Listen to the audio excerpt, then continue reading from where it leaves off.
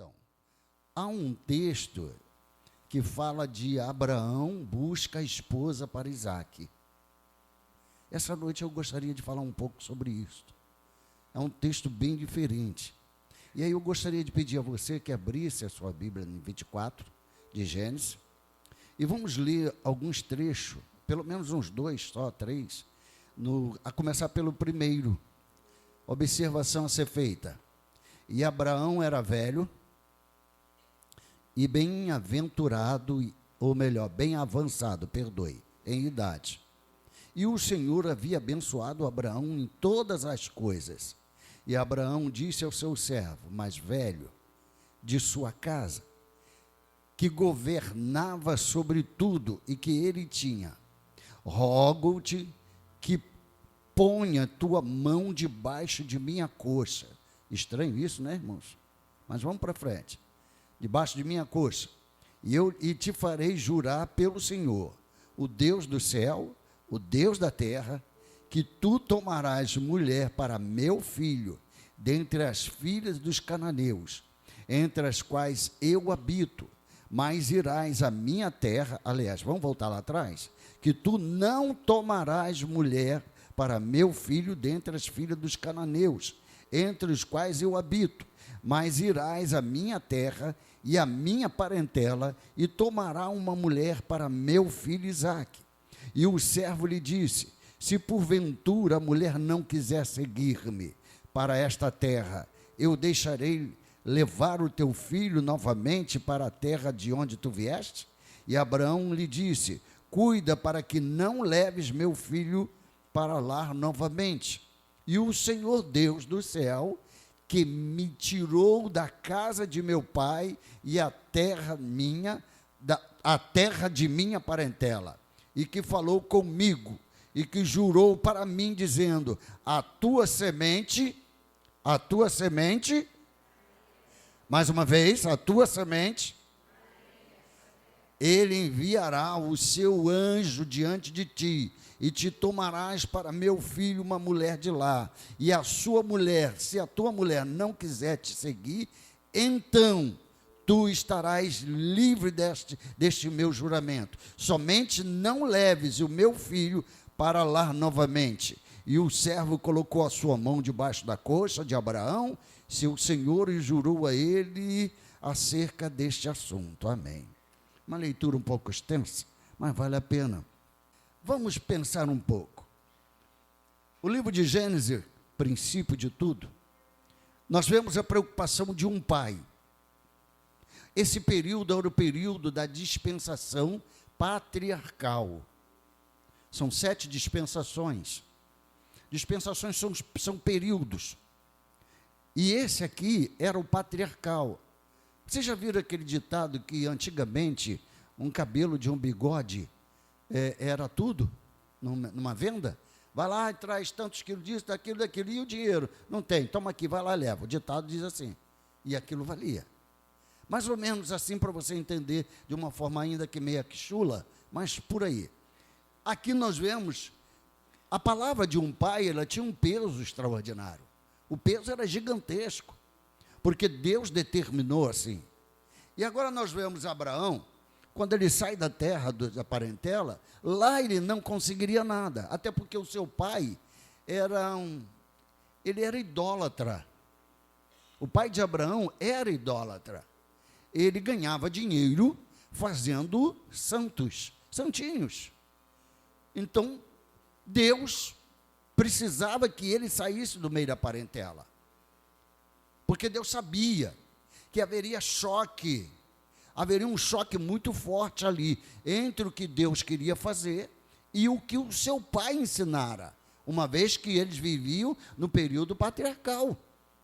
Então Deus fala o coração de Abraão e determina que ele saísse de lá. Que me chama a atenção, são várias janelazinhas que se abrem na minha cabeça. Uma, Abraão, ele não tinha nenhum vínculo até então com Deus. Quando você tem um vínculo, um serviço prestado, você já conhece, fica fácil. Nesse caso, não. Tudo acontecer ali naquele momento. Período de um ano para o outro, não sei, mas tudo foi ali. E Abraão, então, resolve seguir as orientações. Ele abraça, na linguagem de hoje, bem jovial, ele abraça o papo, né? E ele diz, opa, vou nessa. Agora, Deus promete a ele uma terra desconhecida, Deus promete um futuro desconhecido, Deus promete coisas que ele jamais conhecera. Apenas mandou que ele saísse da sua parentela. O que eu vejo aqui, primeiro, um homem inclinado ao futuro, mesmo sem conhecê-lo, um homem inclinado a ouvir e a obedecer. Eu bem sei que tudo quanto é novo na vida de algumas pessoas, as pessoas têm dificuldade para lidar com aquilo que é novo, com aquilo que está surgindo. Mas o homem, ele tem que ser mais aventureiro. Não sei se essa expressão ela encaixa no que eu quero dizer. Ele tem que dar crédito. Essa eu acho que é melhor. E ele deu crédito ao que ele ouve.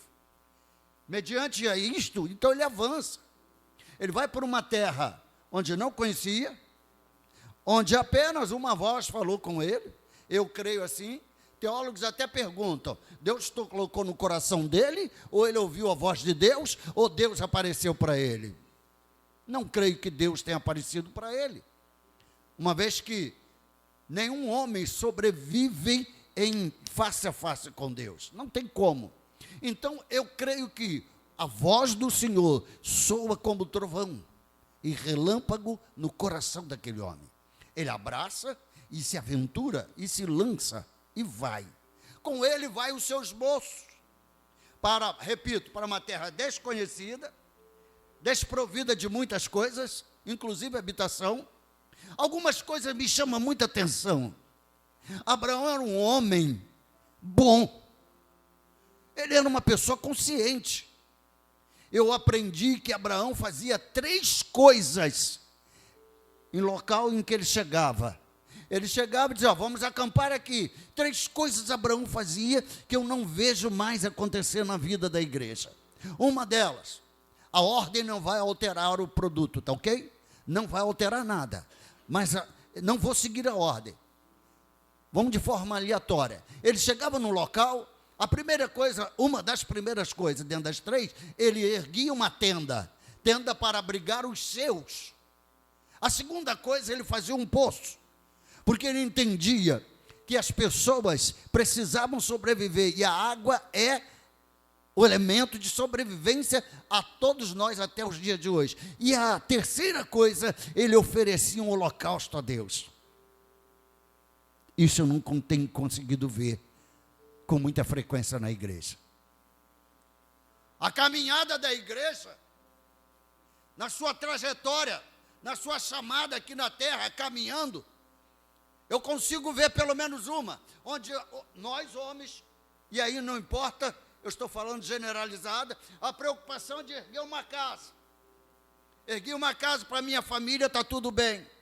Mas isso não é tudo. A minha preocupação é de manter a minha casa, isso também não é tudo. A minha preocupação é só de levantar o holocausto para Deus, ensinar a meus filhos, minha casa, minha esposa, os meus a conhecer a Deus, isso também não é tudo. Então o que é, pastor?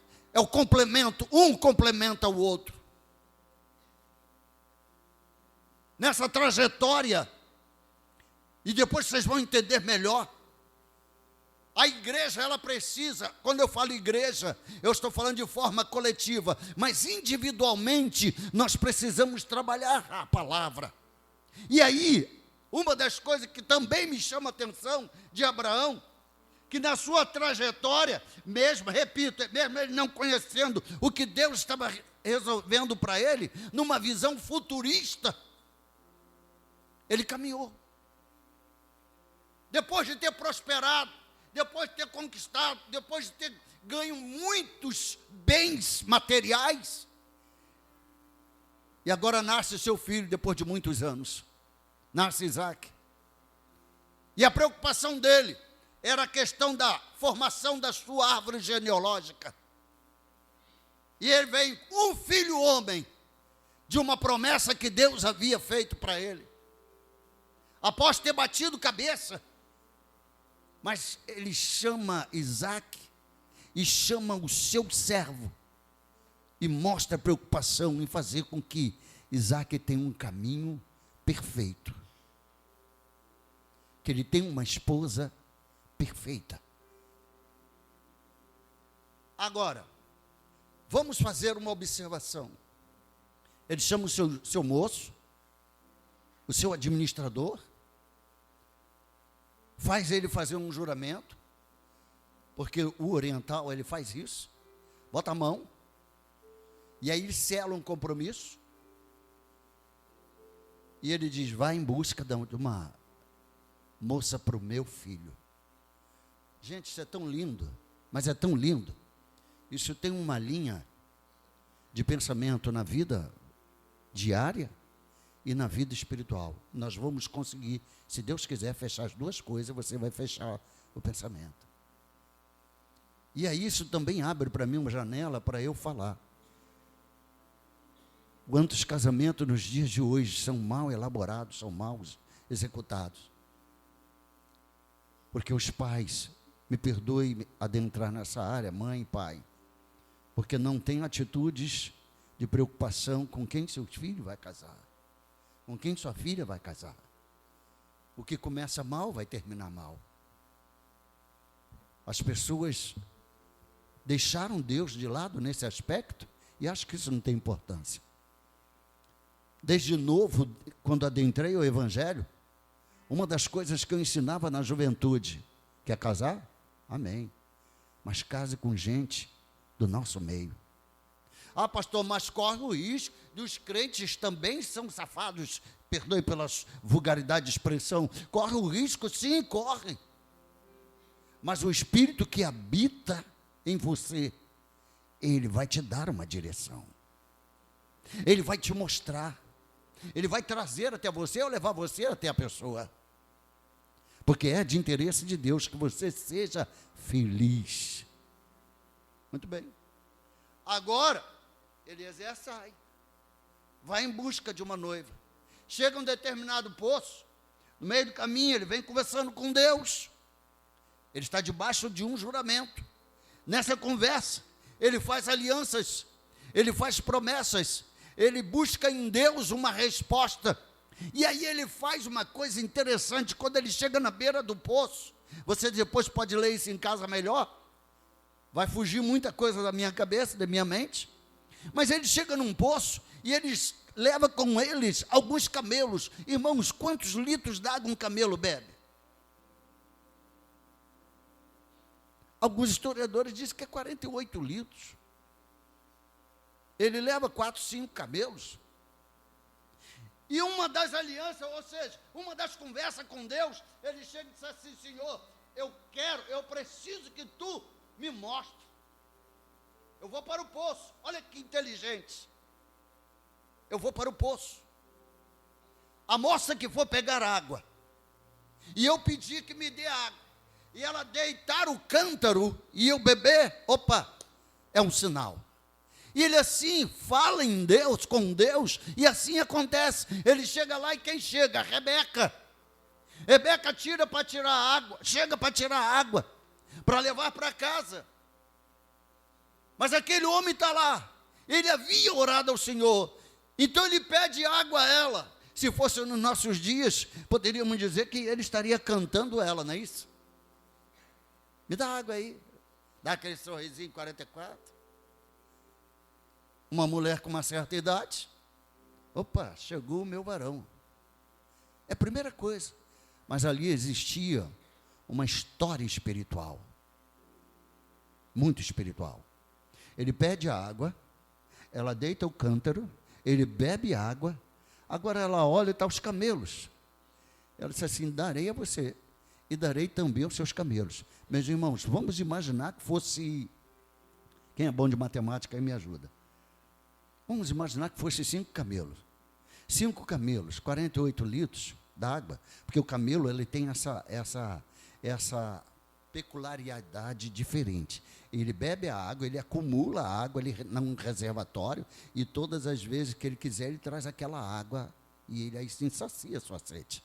porque eles andam nos desertos. Deus o fez assim. A mesma coisa o alimento, ele rumina. É meio nojento, né? Ele traz aquele alimento lá do estômago, mastiga de novo, depois engole de novo e vai embora. É assim o camelo. E aquela mulher, quanto deu aí? 6 vezes 48. Aquela mulher foi lá vezes, esse tanto de vezes, pegou a água, botou no coxo e o camelo bebeu, vai para o outro e assim foi. O que ela demonstra ali? Que ela era uma mulher, dá quantos? 240 litros ela baixou, 40 litros ela trouxe e botou para os camelos. Ela demonstra o quê? Que ela é uma mulher que gostava de trabalhar. Então, jovens, se você vai procurar uma mulher para casar, primeiro veja se ela gosta de trabalhar. Moça, primeiro veja se o rapaz gosta de trabalhar. Ou se ele gosta de viver às custas do seu trabalho. Comece a ver. Porque se não for, sai fora. Chuta que é macumba. Chuta que é macumba. Você vai estar para o resto da vida sendo escravizada. E vai chegar uma hora, eu não estou querendo esculachar, não. Eu não estou querendo descer o nível, não. Mas vai chegar uma hora que você vai chorar pelos cantos. Não era esse homem que eu sonhei. Oh Deus, o Senhor. Não, o Senhor não fez nada. Foi escolha sua. Foi escolha sua. Lá dentro de casa, vale a pena a gente citar isso. Em minha casa, uma vez, teve um rapaz, eu não vou tecer detalhes, mas ele chegava, o pé dele parecia que estava podre há meses. Tirava os tênis e a meia. Aí, poxa, Kleber, eu falei, problema é seu, você não fez isso? Agora assuma. O defunto é teu. Ela disse, mas não sei, mas o que fazer? Eu falei, todos os dias pega um pedaço de madeira, pega o negócio dele lá e joga no lixo. Vai chegar um dia que ele vai procurar, onde está minha meia? Tudo lá no Morro do Céu, na lixeira. E assim aconteceu, meu irmão. Do jeito que eu previa. Então, moça, procura ver os hábitos. Rapaz, procura ver os hábitos da moça. Tem certas coisas, queridos irmãos, que a gente precisa abrir no púlpito. Exatamente porque quando você conhece um rapaz, primeira coisa que você olha, não vou dizer aqui tão claramente, né? Infelizmente, algumas pessoas, às vezes, não olham para o rosto. Olha para alguns dotes. E não é financeiro, vamos deixar assim, quem sabe ler. E está tudo errado. O casamento tem que ser algo que Deus vai gerar em você felicidade. O casamento tem que trazer felicidade para você. O namoro tem que trazer felicidade para você. O noivado tem que gerar felicidade para você. Afinal de contas, é para todo sempre até que a morte separe. Então, dentro desse foco, e que eu já estou saindo, o pai Abraão, ou seja, Abraão, estava preocupado, porque ele queria manter a sua linhagem no contexto espiritual, mas ele também queria uma mulher, e agora essa mulher vai ao poço e tira a água, e bota, e tira, e bota, e tira, e bota, e o camelo bebe. Ele diz, opa, a primeira característica eu já consegui. Agora ela oferece a casa dele. Ele automaticamente vai e pega 2 utensílios, uma joia, e oferece uma pulseira e um anel, se não me falha a memória, um brinco. E vai até a casa. Chegando lá, o seu irmão logo vibrou, né? Opa, esse camarada é rico. Você depois vai conhecer a história melhor. Enfim. Vá, por favor, para o versículo 32, por gentileza. Na verdade, eu quero o 33, mas vai para o 32. Do mesmo capítulo, tá, gente? Do capítulo 24. Olha o que diz o texto. E o homem entrou na casa, e ele desatou os seus camelos, e deu-lhe palha, forragem aos camelos, e água para lavar os seus pés, porque era costume judaico, tá, gente? Aí, vamos lá. E os pés dos homens que estavam com ele, e foi posto, agora, e foi posto alimento diante dele para comer. Mas ele fez o que, irmãos? Vocês não estão acompanhando, né? Não, vocês estão fracos, pena que hoje não tem cantina, então deixa comigo. E foi posto alimento diante dele para comer, mas ele disse, não comerei até que tenha dito a minha incumbência. Meu Deus do céu, o homem caminha pelos desertos, pelas distâncias, mas ele recebeu uma incumbência. Ele recebe uma incumbência. Qual era a incumbência? Levar, achar, trazer para Abraão a mulher que seria filho, ou melhor, esposa do seu filho. Ele estava com sede, bebeu água lá, mas ele também estava com fome. É levado para casa, mas ele rejeitou comer. Rejeitou comer até que ponto? Ele não comeu sem antes dizer qual era o objetivo dele. O que eu aprendo com isso? Agora eu vou revelar a vocês aquilo que vocês já sabem. Eu vejo algo muito fantástico. Primeiro, Abraão representa Deus. Isaac representa Jesus. Eliezer representa o Espírito Santo. E Rebeca representa a igreja. Você consegue lembrar? Abraão representa Deus. Isaac, Cristo Jesus. Eliezer, o Espírito Santo. E Rebeca, a igreja. Então, dentro dessa linha de raciocínio, olha para mim. Foi posto à mesa. A comida estava ali. Eu garanto que se fossem os famintos que nós temos dentro da igreja, e come pãezinhos, e come frangos, e come... Chegou lá, botou a mesa, essa tudo fica para depois. Primeiro vamos saciar a minha Sebastiana. Eu garanto. Uma vez, Eliezer estava tão focado na questão espiritual que, naquele momento, ele rejeita a comida e ele diz, primeiro vamos aos negócios do meu Senhor. Olha isso. Isso me chamou muita atenção. Primeiro, a incumbência que me deram, a incumbência que o meu Senhor me deu. Por isso que eu atrelo Eliezer ao Espírito Santo e Rebeca à igreja. O Espírito Santo, nesses últimos dias, primeiro, o que ele está fazendo é agregar as Rebecas que estão dispersas. Eu esperava mais alegria de vocês. As Rebecas que estão distantes. As igrejas. Está chegando o momento. Deus já deu a ordem. A ordem já foi dada no céu. Você que não conseguindo acompanhar, eu vou te ajudar. A ordem já foi dada no céu. Isaac, já está quase na hora de ficar de pé. Fica sentado já. O Isaac, o espiritual, já está quase na hora de ficar de pé. E o Eliezer, que é o Espírito Santo, está quase chegando na hora de pegar a Rebeca e fazer esse casamento. Gente, isso é coisa linda demais.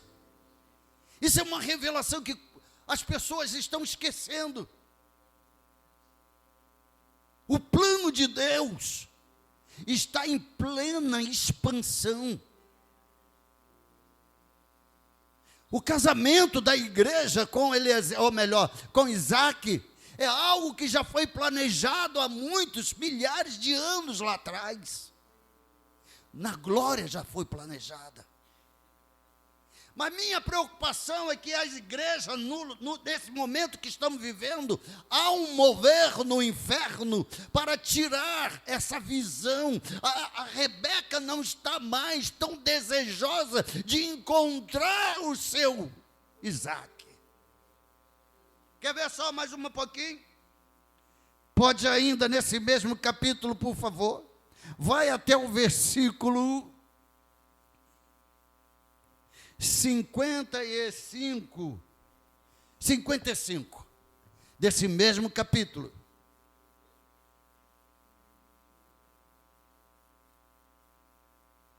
Acharam?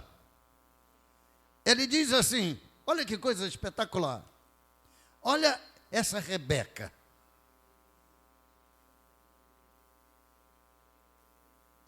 E o irmão dela e sua mãe disseram: deixa que a donzela fique conosco alguns dias, pelo menos 10, e depois disso ela irá. No verso 56 ainda, eu me traí aqui um versículo, mas eu vou aproveitar e vou falar sobre isso aqui. E ele lhes disse: não me detenhas. Não me detenhas, disse o Eliezer. Vendo que o Senhor tem prosperado o meu caminho, envia-me para que eu possa ir ao meu Senhor. E eles disseram: chamaremos a donzela e perguntaremos de sua boca. Eliezer, há um pedido para que ele não seja bem sucedido, para que fique mais 10 dias, para que fique um pouco mais.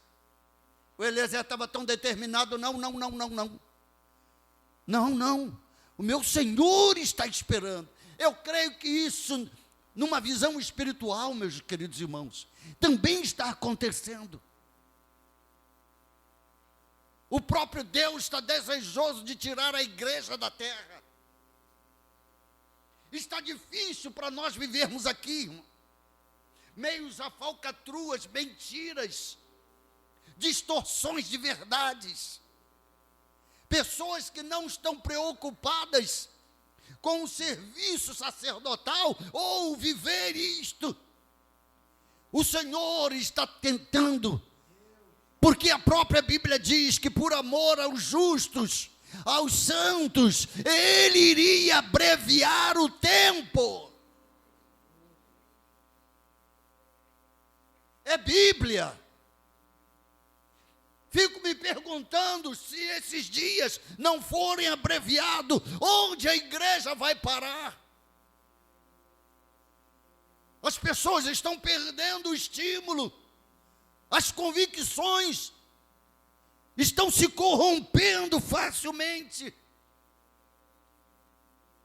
Eu venho aqui nesta noite para alertar a igreja, a Assembleia Central de Caramujo: o Senhor está voltando. O Eliezer está tentando levar a Rebeca, ele não pode mais se deter, ele está fazendo de um tudo para que esse tempo não venha detê-lo mais, porque ele mesmo está preocupado onde as Rebecas vão parar.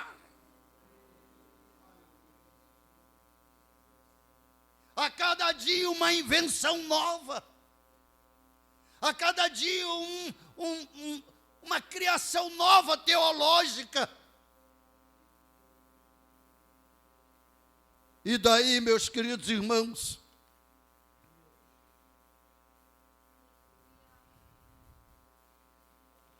o último texto que eu quero dividir com você, no mesmo capítulo, e o versículo é o verso 63. E aí nós vamos ler para fecharmos o 63.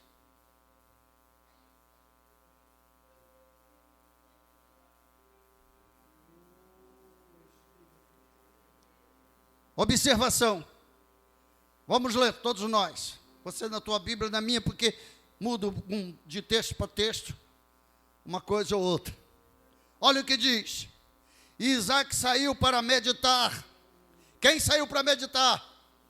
Isaac representa quem? Isaac representa quem? Isaac representa quem? Olha o que acontece. Isaac saiu para meditar no campo ao anoitecer. E ele levantou os seus olhos e viu, e eis que os camelos estavam vindo. E Rebeca levantou os seus olhos, e quando ela viu Isaque, desceu do camelo, pois ela havia dito ao servo: que homem é este que anda no campo ao nosso encontro? E o servo havia dito: é meu senhor. Por isso ela tomou o véu e se cobriu.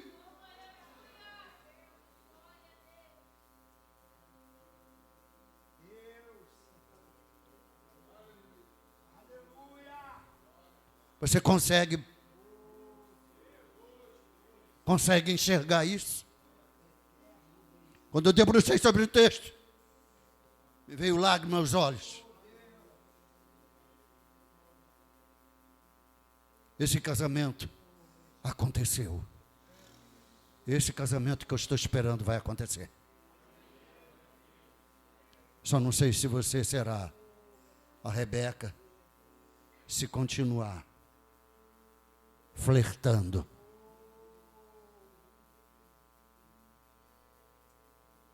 Eu não serei a Rebeca do Senhor se eu continuar flertando espiritualmente.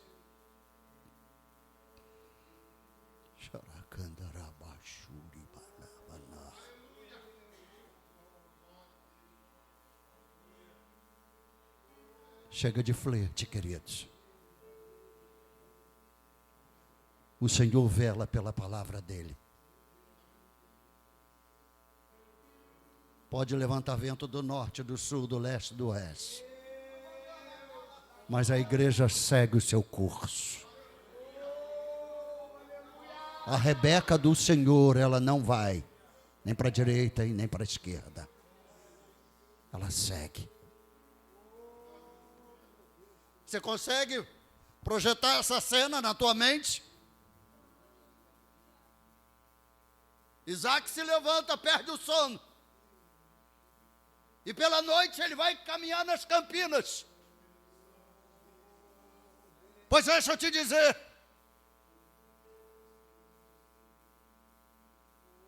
É no momento mais escuro da tua vida. Talvez desse planeta, deste mundo que nós pisamos, que o Isaac vai se levantar. E que o Isaac vai querer ver a Rebeca chegando, junto com Eliezer. Juntinho. E a Rebeca vai ver.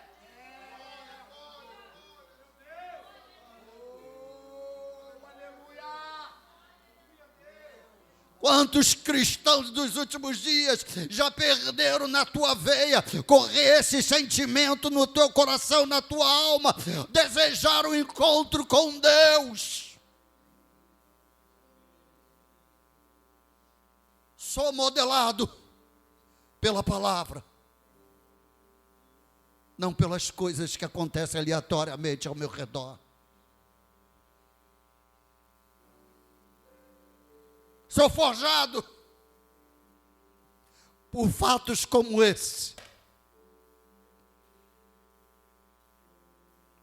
Não pelo bem que eu possuo material.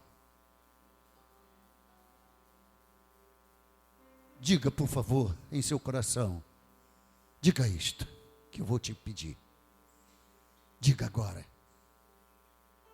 Em meu coração, quem reina é o Senhor.